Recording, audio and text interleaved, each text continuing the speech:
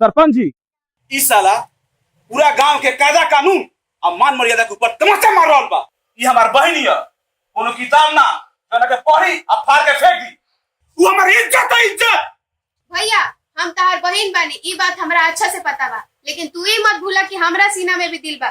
जो तू मान मर्यादा के बात करत तड़ा, हम वो संस्कार में पलल बनी। भैया प्यार दिल से होला, जात से ना, जयजात से ना। हाँ सरपंच जी, हाँ जितना हमरा से प्यार करें से कई गुना ज्यादा हम प्यार करेंगे। इस धरती अंबर हमारे गवाही देखी, अजय हमारे प्यार के बीच में आई वो अपन तबाही देखी।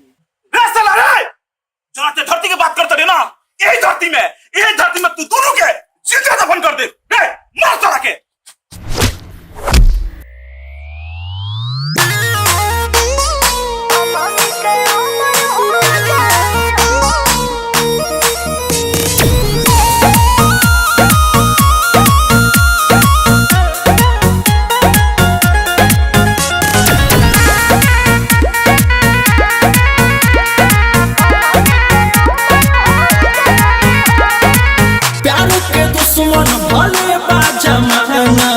याद करी अपन कहानी पुराना,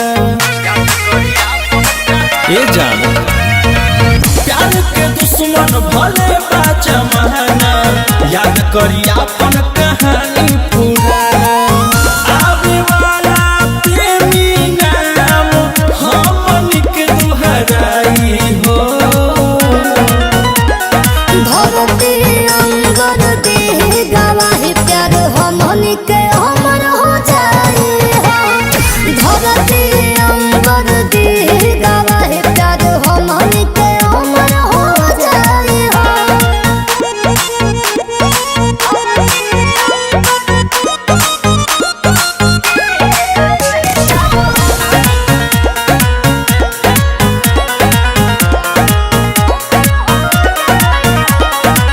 प्यार तो होते खुदा के बहादो, मिलेला कोयला से बड़ी हो रहा। सुना सोहर सितम्बा के छोड़ब नशा, चाहे आ जाई